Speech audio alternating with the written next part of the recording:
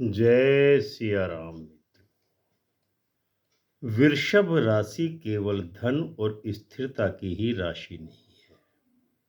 इसमें छुपा हुआ है 23% देवत्व। मृगशिरा नक्षत्र के पहले दो चरण और वही हिस्सा जो वृषभ राशि को पूर्ण करता है। और मृगशिरा नक्षत्र आता है देवगण में। तो क्या यही कारण है कि वृषभ जातकों में भोग के साथ साथ एक छुपी हुई आध्यात्मिक शक्ति भी होती है, जो आध्यात्मिक खोज की ओर उनको आकर्षित करती है? क्या यही 23% का एक हिस्सा उन्हें बाकी राशियों से अलग बनाता है? आज हम समझेंगे कि शुक्र का प्रभाव, उच्च के चंद्रमा की शक्ति और मृगशिरा नक्षत्र का देवत्व मिलकर कैसे वृषभ राशि को पूर्ण राशि बनाते हैं।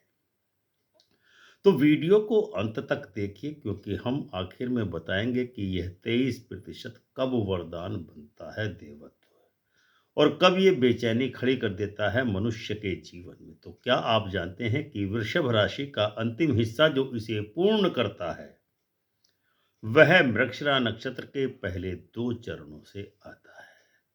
और मृगशिरा नक्षत्र किस गण में आता है? देवगण में। यानी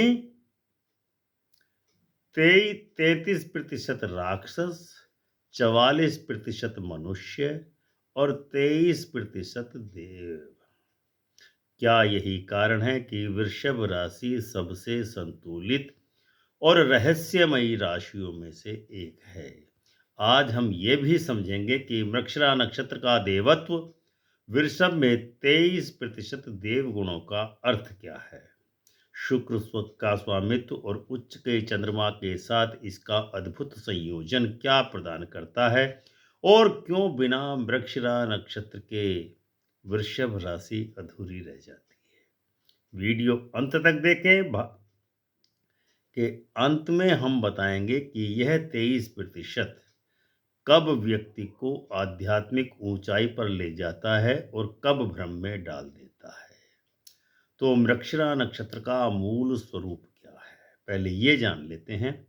तो मृगशिरा नक्षत्र का मूल अर्थ है हिरण का सिर, जिसका स्वामी है मंगल। गण है देव, प्रकृति है खोजने की अद्भुत शक्ति, यानी कि खोजी प्रकृति ऐसे मनुष्य की होती है। तत्व है जिज्ञासा। मृगशिरा नक्षत्र स्थिर नहीं है, यह हमेशा ही खोज करता रहता है।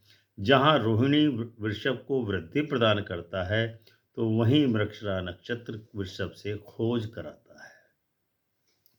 वृषभ में मृगशिरा का 23% प्रभाव होता है। वृषभ राशि 30 डिग्री की होती है और मृगशिरा का पहला और दूसरा चरण वृषभ राशि में आता है। यह लगभग 6 डिग्री 40 मिनट का भाग कवर करता है, जो लगभग 23% बैठता है। और यही वह भाग है जो वृषभ राशि को पूर्णता प्रदान करता है।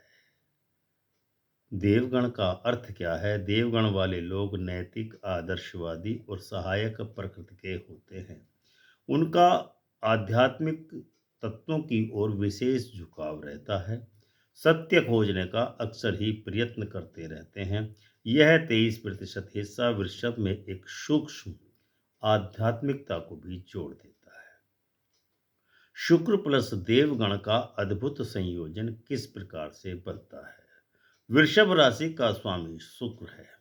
शुक्र भोग और कला का ग्रह कहलाता है, गॉडेस ऑफ वेल्थ भी कहलाता है। लेकिन जब देवगण की ऊर्जा इसके साथ जुड़ती है, तो व्यक्ति केवल भोगी मात्र नहीं रह जाता, वह सुंदरता को समझने वाला बन जाता है। यह संयोजन देता है कि रिफाइंड टेस्ट हो जाता है। ऐसे व्यक्ति का शुद्ध सौंदर्य की दृष्टि हो जाती है और भौतिकता के प्रति उसका संतुलन भरा व्यवहार रहता है। उच्च चंद्रमा का क्या प्रभाव होता है? वृषभ में चंद्रमा उच्च राशि का होता है। जब मृगशिरा नक्षत्र के पहले दो चरणों में चंद्रमा स्थित हो, तो व्यक्ति में गहरी संवेदनशीलता आ जाती है। उसका मन शांत होने लगता है। आध्यात्मिक जिज्ञासाएं मन में उठने लगती हैं और वह प्रकृति के साथ अपना जुड़ाव महसूस करने लगता है, यानी देखने लगता है। मनोवैज्ञानिक विश्लेषण क्या कहलाता है? मृगशिरा नक्षत्र में जन्मे जातक, वृषभ के जातक बाहर से तो स्थिर दिखाई देते हैं, भीतर से जिज्ञासु बने रहते हैं। पूरे जीवन भर धन कमाते हैं, लेकिन केवल धन तक ही सीमित नहीं रहते, बल्कि इनके अंदर एक खोज होती है जो जीवन का अर्थ क्या है इसको समझने में अपना बहुत समय लगाते हैं। 23% देव शक्ति का क्या असली मतलब बैठता है? यह प्रतिशत आपको छोटा लग सकता है, लेकिन यही 23% मनुष्य को एक अलग संतुलन प्रदान करता है। अगर वृषभ में केवल भोग और स्थिरता होगी तो वह भारी हो जाता है। मृगशिरा नक्षत्र उसको हल्का, जिज्ञासु और जीवंत बना देता है। वृषभ राशि के जो 3 कंसेप्ट हैं, मैजिकल रिवील मोमेंट बनते हैं जो, वो क्या हैं? तो वृषभ राशि क्या है? 33% अग्नि प्लस राक्षस की शक्ति, 44% रोहिणी नक्षत्र यानी वृद्धि और मानसिक संतुलन, 23% मृगशिरा नक्षत्र जो कि देवत्व और खोजी प्रकृति को प्रदान करता है। यानी वृषभ में वे तीनों गण मौजूद हैं। यह संतुलन ही उसको एक विशेष व्यक्तित्व से ओतप्रोत बनाता है। कैरियर और प्रभाव क्या रहता है इस नक्षत्र में जन्मे लोगों का? मृगशिरा नक्षत्र में जन्म लेने वाले वृषभ राशि के जातक अच्छे रिसर्चर होते हैं, अच्छे डिजाइनर बनते हैं, संगीत से उन्हें अलौकिक लगाव होता है, कृषि में भी रुचि लेते हैं, आध्यात्मिक क्षेत्रों में तरक्की करते हैं और काउंसलिंग जैसे कार्यों में निश्चित ही पूर्ण सफलता प्राप्त करते हैं। प्रेम संबंधों के बारे में अगर देखा जाए तो मृगशिरा नक्षत्र के पहले 2 चरणों में जन्म लेने वाले बच्चे जातक प्रेम में सच्चे, खोजी स्वभाव के, मानसिक जुड़ाव को महत्व देने वाले और गहरी भावनात्मक समझ रखने वाले होते हैं। लेकिन कभी-कभी इनके स्वभाव में अत्यधिक सोचने की प्रकृति आने के कारण अस्थिरता भी आ जाती है। अब जानते हैं कि इन लोगों का कमजोर पक्ष क्या होता है। मंगल यदि इनकी कुंडली में पीड़ित हो तो ऐसे जातक बेचैन होने लगते हैं। उनको हर संतुष्टि में अधूरापन महसूस देता है और किसी भी विषय पर त्वरित निर्णय नहीं ले पाते हैं। आधिक आध्यात्मिक आयाम क्या हो सकते हैं इस नक्षत्र में जन्मे लोगों के? तो मृगशिरा खोजी प्रकृति का नक्षत्र है। देवगण होने के कारण ऐसे लोगों में मंत्र शक्ति, ध्यान की और रुझान, आध्यात्मिक उन्नति में वे विशेष प्रगति करते हैं।